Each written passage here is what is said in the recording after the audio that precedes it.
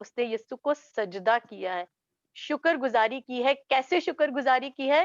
یسوع کے قدموں میں گر کر اس کا شکر ادا کیا ہے. پہلے وہ لوٹا ہے، اس نے یسوع کی تمجید کی ہے اور بلند آواز میں کی ہے، اور پھر وہ سجدہ ریز ہوا ہے اور سجدہ ریز ہو کر یسوع کے پاؤں میں گرا ہے اور اس کی شکر گزاری کی ہے. یہ ہے شکر گزاری کے ایک زبردست عملی نمونہ جو ہمیں اس 10ویں کوڑی سے نظر آ رہا ہے، دیکھنے کو مل رہا ہے، جو یہودی نہیں تھا.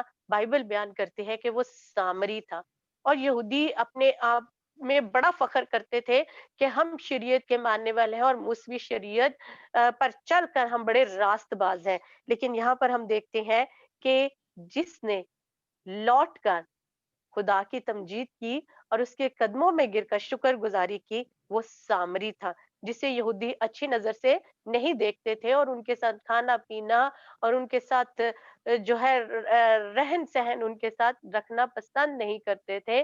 اور اس بات کا ہمیں اندازہ اس واقعے سے بھی ملتا ہے کہ جب یسوع مسیح سخار کے کنویں پر بیٹھے تھے اور سامری عورت پانی بھرنے آئی تھی، تو یسوع مسیح نے جب اس سے پانی مانگا تو اس نے کہا تو یہودی ہو کر مجھ سامری عورت سے پانی مانگتا ہے. اس کا مطلب ہے کہ یہودی سامریوں سے کسی قسم کا کوئی برتاؤ نہیں رکھتے تھے. اور یہاں پر ہم دیکھتے ہیں کہ وہ سامری تھا، لیکن اس نے شکر گزاری کی ایک اعلیٰ مثال جو ہے ہمارے سامنے پیش کی ہے کہ اس کی تمجید کرنی ہے، اس کو سجدہ کرنا ہے، اس کے حضور میں گرنا ہے اور اس کی شکر گزاری کرنی ہے. پھر ہم دیکھتے ہیں کہ یسوع مسیح اس سے ایک سوال کرتے ہیں.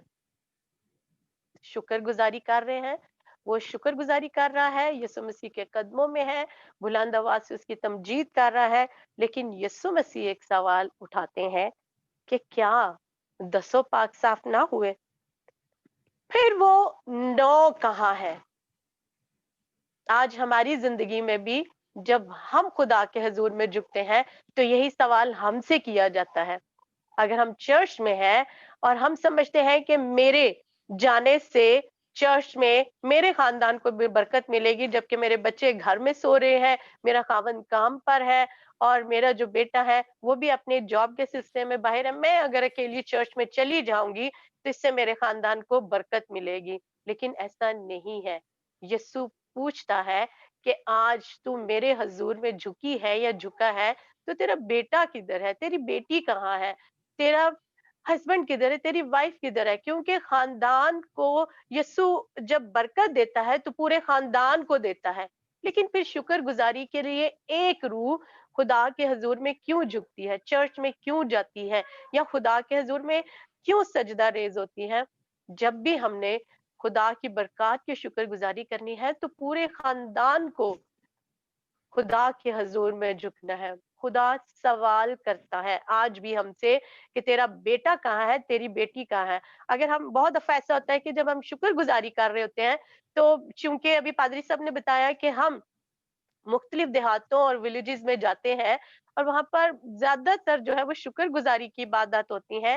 تو مزے کی بات یہ ہے کہ شکر گزاری جب عبادت میں ہم جاتے ہیں، شکر گزاری کی عبادت میں، تو وہ جس نے شکر گزاری دی ہوتی ہے وہ خاندان ہی نہیں بیٹھا ہوتا، اور باقی آس پاس کے جو لوگ ہوتے ہیں، جو مہمان ہوتے ہیں، وہ بیٹھتے ہیں، وہ خدا کی تمجید کرتے ہیں، پرستش کرتے ہیں، خدا کے پاک کلام کو شیئر کیا جاتا ہے اور اینڈ میں دعائیں بانی ہوتی ہے. اور جب کھانے کا ٹائم ہوتا ہے تو پھر سارے وہاں پر گھر کے لوگ جو ہیں وہ اکٹھے ہو جاتے ہیں.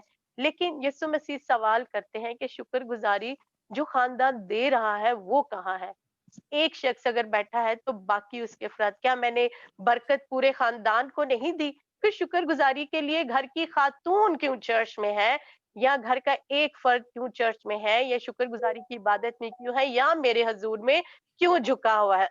کیا میں نے برکت پورے خاندان کو نہیں دی؟ خدا چاہتا ہے کہ ہم پورے طور پر اپنے پورے خاندان کے ساتھ اس کے حضور میں ہیں. یسوع نے 10 کوڑیوں کو شفا دی. یسوع نے ان کو ان کے رشتوں میں واپس بھیجا، ان کے خاندانوں میں واپس بھیجا، انہیں ان کی تنہائی سے رہائی دے کر انہیں میل ملاپ کی روح عنایت کر کے انہیں ان کے خاندانوں میں واپس بھیجا، انہیں ملا دیا، ان کے اپنوں سے ملایا، ان کے رشتوں سے ملایا. انہیں جو اگنور کیے جا رہے تھے اور جو الگ کر دیے گئے تھے انہیں خاندان کی صورت میں اکٹھا کر دیا گیا. لیکن یہاں ہم دیکھتے ہیں کہ صرف ایک شخص نے یسوع کی شکر گزاری کی. آج تھوڑی دیر کے لیے غور کریں کہ میں اپنے خاندان کے ساتھ خدا کے حضور میں جھکتی ہوں یا جھکتا ہوں یا نہیں. اگر تو آپ پورے خاندان کے ساتھ خدا کے حضور میں صبح و شام جھکتے ہیں اور عبادات میں خاندان کے ساتھ شریک ہوتے ہیں تو پھر مبارک ہے. اگر نہیں تو پھر یہ سوال میرے لیے اور آپ کے لیے بھی ہے کہ جس طرح اس سامری سے کہا گیا کہ کیا 10 صاف نہیں ہوئے، پھر وہ 9 کہاں ہے. تو آج وہ سوال میرے اور آپ کے لیے بھی ہے کہ برکات میں نے پورے خاندان کو دی ہے، پھر تیرا بیٹا اور بیٹی کہاں ہے، تیرا ہسبینڈ کہاں ہے، تیری بیوی کہاں ہے. خدا چاہتا ہے کہ ہم پورے خاندان کے ساتھ، کیونکہ اس نے ہماری زندگی میں بڑے کام کیے. ہماری زندگی ہم میں سے ہر ایک بصیرت کرسچن ہم میں سے ہر ایک کی زندگی میں بہت ساری گواہیاں ہیں، بہت سارے ایسے معجزے ہیں، ایسی برکات ہیں جو ہم لوگوں کے ساتھ شیئر کرتے ہیں. لیکن شکر گزاری کتنی کرتے ہیں اور کیسے کرتے ہیں؟ کیا ہم خدا کے حضور میں جھکتے ہیں، بلند آواز سے اس کی تمجید کرتے ہیں، ستائش کرتے ہیں، اور کیا پورے خاندان سمیت ہم خدا کے حضور میں آتے ہیں یا نہیں؟ اگر تو ہے مبارک ہے، اگر نہیں تو پھر آج اس وقت خدا سے عہد کرے کہ خدایا میں آج کے بعد تیرے پاک کلام میں سے سیکھتے ہوئے اپنے پورے خاندان کے ساتھ شکر گزاری کے لیے تیرے حضور میں جھکوں گا، ان تمام برکات کے لیے جو تو نے مجھے دی، ان تمام زندگی کے لوازمات کے لیے جو تو نے مجھے بخشے، زندگی جو تو نے مجھے دی اس کے لیے، اور اس سے بھی بڑھ کر آج جس طرح کی وبا ہمارے ارد گرد منڈا رہی ہے اور ہم پورا خاندان صحت مند ہے، تندرست ہے، اس کے لیے بھی خدا کا شکر ادا کریں. اور اس کے بعد ہم اگر 19ویں آیت میں پڑھیں تو اس میں یسوع کہتا ہے کہ اٹھ کر چلا جا، کیونکہ تیرے ایمان نے تجھے اچھا کیا. ہماری زندگی میں ایمان کی بہت زیادہ اہمیت ہے. اگر ہماری زندگی میں ایمان ہے تو خدا اس سے بھی زیادہ بڑے بڑے کام ہماری زندگی میں کرے گا اور ہمیں آنے والی ہر مصیبت، ہر آفت سے بچا کر رکھے گا. خداوند آپ کو برکت دے. آمین. بہت خوبصورت میسج بیٹا، خداوند آپ کو بڑی برکت دے. میں جسٹ اس کا جو چھوٹا سا جو میں سمجھتا ہوں سمری یا ریفلیکشن جو ہے اس پر آنا چاہتا ہوں کہ جو بات آپ نے کی اس میں 2 باتیں جو ہیں بہت ہی اہم ہیں. ایک تو خداوند آپ کہ کو جب برکت دے ہم اور ہم خداوند دعا کریں. جی اس سے پہلے کہ ہم دعا مہربان کریں، زندہ جلالی آسمانی باپ، ہم تیرا شکر ادا کرتے ہیں تیرے اس بڑے پیار کے لیے جو تو نے ایک خداوند خدا ہم پر ظاہر کیا. تو نے اپنے پیارے بیٹے کو اس دنیا میں بھیجا جس نے ایک خداوند خدا اپنا قیمتی لہو بہا کر ہمیں تیرے لیے پالک بیٹے اور بیٹیاں بنایا. آج کے اس پاک کلام کے وسیلہ سے خدا ہم تیرا شکر ادا کرتے ہیں کہ ہم نے سیکھا کہ ہم نے تیرے حضور میں جھکنا کیسے ہے، تیرے حضور میں شکر گزاری کیسے کرنی ہے. اے خدا تو ہماری فکر کرتا ہے، ہمیں ہمارے رشتوں میں خداوند خدا باندھ کر رکھتا ہے. آج اے خداوند خدا ہم اس دعا میں خاص طور پر ان خاندانوں کے لیے خداوند خدا دعا کرتے ہیں، ان بروکن فیملیز کے لیے دعا کرتے ہیں جن کے خداوند خدا رشتے آپس میں خداوند خدا جڑے ہوئے نہیں ہے. خداوند خدا ان بروکن فیملیز کو تیرے حضور میں یاد کرتے ہیں. اے خداوند خدا تو ایک خاندان جب بناتا ہے تو اسے برکت دیتا ہے. اے خداوند خدا آج جو خاندان الگ الگ ہیں اور اے خداوند خدا ان میں نفاق ہے، لڑائی ہے، جھگڑا ہے، اے خداوند خدا تو ان کو ان کے خاندانوں میں واپس لا، ان کے خاندانوں کو اے خداوند خدا سلامت رکھ اور رشتوں میں جوڑ کے رکھ.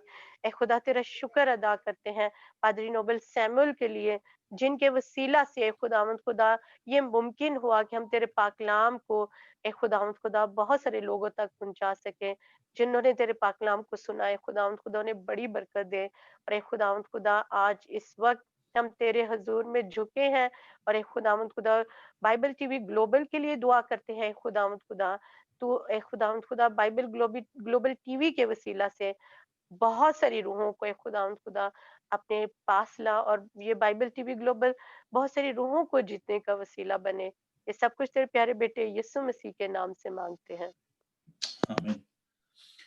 عزیزو آپ نے دیکھا کہ بیٹی شما نے بڑی خوبصورتی کے ساتھ ہی بتایا کہ ہمیں کس قدر شکر گزاری کی ضرورت ہے. نہ صرف شکر گزاری کی بلکہ ایک بات جو شروع میں انہوں نے کہی کہ جو کوڑی تھے وہ خداوند کے پاس آئے ہم بہت دفعہ اپنا روپیہ پیسے لے کر تو ڈاکٹروں کے پاس جاتے ہیں، ہم پیروں فقیروں کے پاس چلے جاتے ہیں.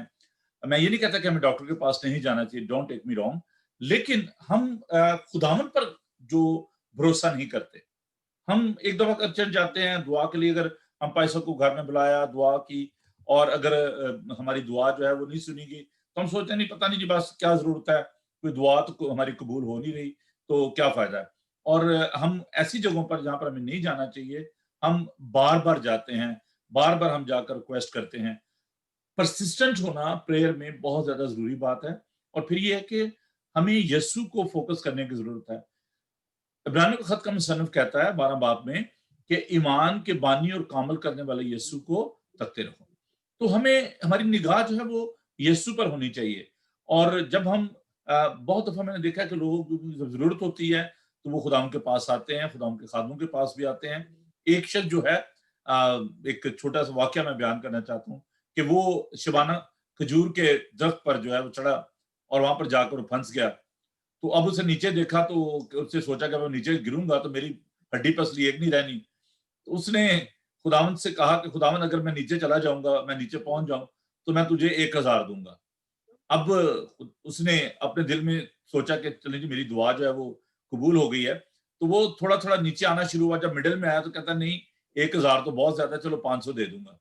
کرتے کرتے قصہ مختصر یہ کہ جب اس کے پاؤں جو ہے وہ زمین پہ لگے تو وہ 100 روپے پہ آ گیا. اور جب اس نے دیکھا کہ اب میں ٹھیک ٹھاک ہوں، کوئی پرابلم نہیں ہے، کپڑے جھاڑے اور کہتا ہے نہ کوئی دینے ہے تو نہ کوئی لینے ہے، سب کچھ تیرا ہی ہے. تو یہ ایک بہت ہماری پرابلم ہے کہ ہم بہت سیلفش ہیں کہ جب ہم مصیبت میں پڑے ہوتے ہیں تو ہمیں خدا بھی یاد آتا ہے، ہم دعائیں بھی کرتے ہیں، ہم خدا کے خادموں کو بھی بلاتے ہیں. اور جب جیسے مسئلہ حل ہو جاتا ہے، میں نے دیکھا ہے اپنی خدمت میں کہ لوگ کہتے ہیں جی آئیں جی ہمارے گھر میں پریئر ہے. اور ایک شخص نے جی لیڈی تھی اور انہوں نے مجھے کہا کہ بھائی صاحب آپ نے ہمارے گھر آنا. میں نے کہا جی خیر ہے کس بات کے لیے؟ کہ جی میں نے شکرگزاری کی دعا رکھی ہوئی ہے. تو میں نے کہا جی کس بات کی شکرگزاری ہے، خدا نے کیا آپ کو برکت دی ہے؟ تو کہنے لگے جی ہمیں وہ جو ڈسیبلٹی کا جہاں پہ جو ڈرائیو کرتے ہیں ان کو، جو ڈسیبل ہوتے ہیں ان کو شبانہ ایک کارڈ دیا جاتا ہے کہ جی آپ کسی جگہ بھی گاڑی پارک کر سکتے ہیں کیونکہ آپ ڈسیبل ہیں، آپ معذور ہیں. تو وہ ان کو ایک پاس دیتے ہیں، ایک پرمٹ دیتے ہیں کہ آپ گاڑی جو ہے وہ پارک کر سکتے ہیں اور آپ کو کوئی پرابلم نہیں ہوگی. تو اس نے کہا جی یہ تو بڑی شکرگزاری کی بات ہے کہ ہمیں ڈسیبلٹی کا کارڈ جو ہے مل گیا. میں نے کہا یہ شکرگزاری کی بات نہیں ہے، یہ تو بڑی لمحہ فکریہ ہے. خداوند کے پاس جو لوگ آتے ہیں تو کہتے ہیں جی ہمیں شفا دے، ہمیں ڈسیبلٹی کا کارڈ نہیں چاہیے. تو آپ اس بات کے لیے شکرگزاری کروا رہے ہو کہ بھی خداوند تیرا شکر ہے کہ میں ڈسیبل ہوں اور تو نے مجھے کارڈ دے دیا ہے. تو شکرگزاری کا جو کس چیز کے لیے آپ خداوند کی شکرگزاری کر رہے ہیں، کیا کس بات کے لیے آپ دعا کے لیے کہنا چاہتے ہیں؟ میرے چرچ میں ایک ہندو کانورٹ جو تھے وہ آئے، بڑا فنی بندہ تھا وہ اور بہت ہی جولی.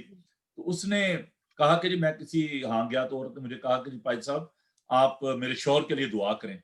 تو کہتا ہے میں نے سے کہا کہ ہاں جی کیا پرابلم ہے، بیمار ہیں؟ کہتے نہیں بس آپ دعا کریں.